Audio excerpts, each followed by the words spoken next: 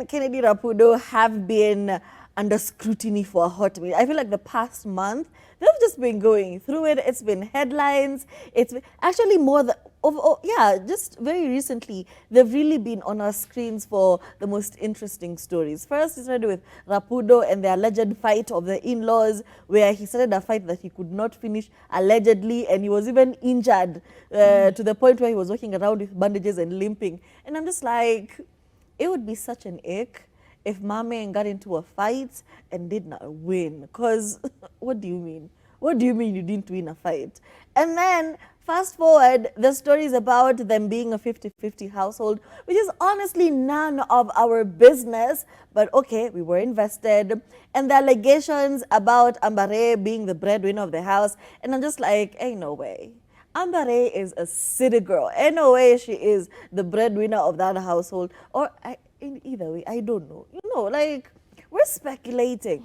But there was that going on, people talking about their finances. And actually, Kennedy actually came out and said, hey, when I was poor, you did not investigate the source of my poverty. Now that I am rich, y'all want to say things. Y'all want to say I'm doing wash, gold scams, all of this money laundering things. But, you know, and that is not true. I actually run a very legit business. He did not say what. Anyway, yesterday or the day before yesterday, somebody cornered Ambare for an interview, and she was spilling the tea. She went on a rant about how she actually, honestly, genuinely did not know about the Jamal story and found out. And then he asked her to be his second wife, and she agreed because Islam laws does accept, you know, having up to 4 wives. So she says she did not home wreck any home. Went on to tell Amira to move the F on. It's been 4 years, girl. You need to move on and stop mentioning me and stop the subliminal messaging. You need to move on. And then she was asked about her husband's finances, which should not be a question we should be asking anybody. Imagine I just stopped Kathomi and I'm like, I'm just interviewing her because she's a celebrity, she is a known personality, and I'm just like, now, where does your husband get his money? Because we have heard he's doing wash. Hey. He's engaged in gold scams. Hey. What is happening? Hey. You know, it's such a personal question to ask somebody.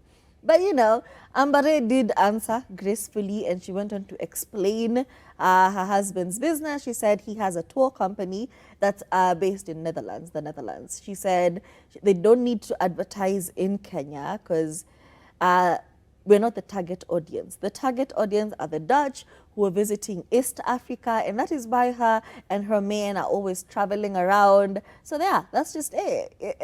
There's levels to this. Sio to a company yenye mnaenda Masai Mara kila siku na your buddies. No, you're not the target audience, babes. She said, yeah, their clientele is European, okay? That's who they cater to, that's who they market to, and that's it. So, but it was still a very personal question, very invasive question to ask somebody.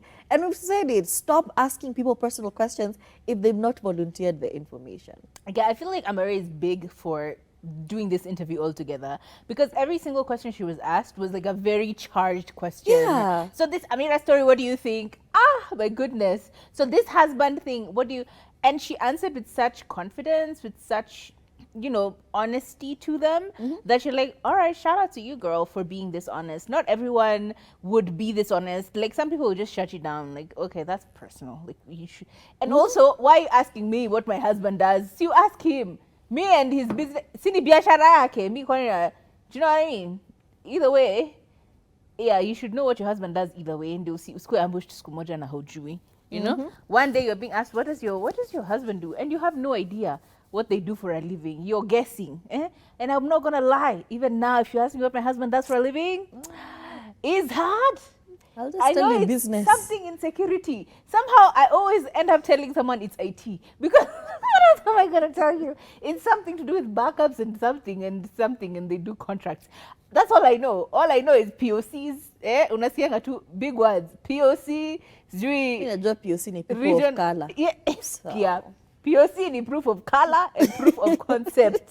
You have to create a proof of concept. So you have to show There's another thing they say a lot in that industry of theirs. I forget what it is, but something about like, have we done a demo? I'm like, a demo for what, sir? Isn't it security? What is this? Why are you demolishing, demonstrating security? Long story short, I feel like that was an inappropriate question for Amber Ray, simply because it's not her place to answer what her husband does. Her husband has a mouth. Okay. When he was asked, he said, he gave us a whole, actually he did give us like a whole breakdown. He said when he was younger, he was in some sort of, small business with sujui chickens, whatever, livestock. Then he went into sujui, another construction sector, and then he got into energy, and then he ended up working with the Dutch for tourism. He did say this in the last conversation, the last interview he had. So bringing it back like a fact check, like, oh yeah, by the way, your husband said he does XYZ. Is it true? What does he really do? Is he really into wash? Even if he was in wash, some nataka Ambare anze kuambia, no, actually he was lying. He's in wash. That's what we do. Do you expect her to tell you that her husband does illegal business? Like, make it make sense, honey. Make it.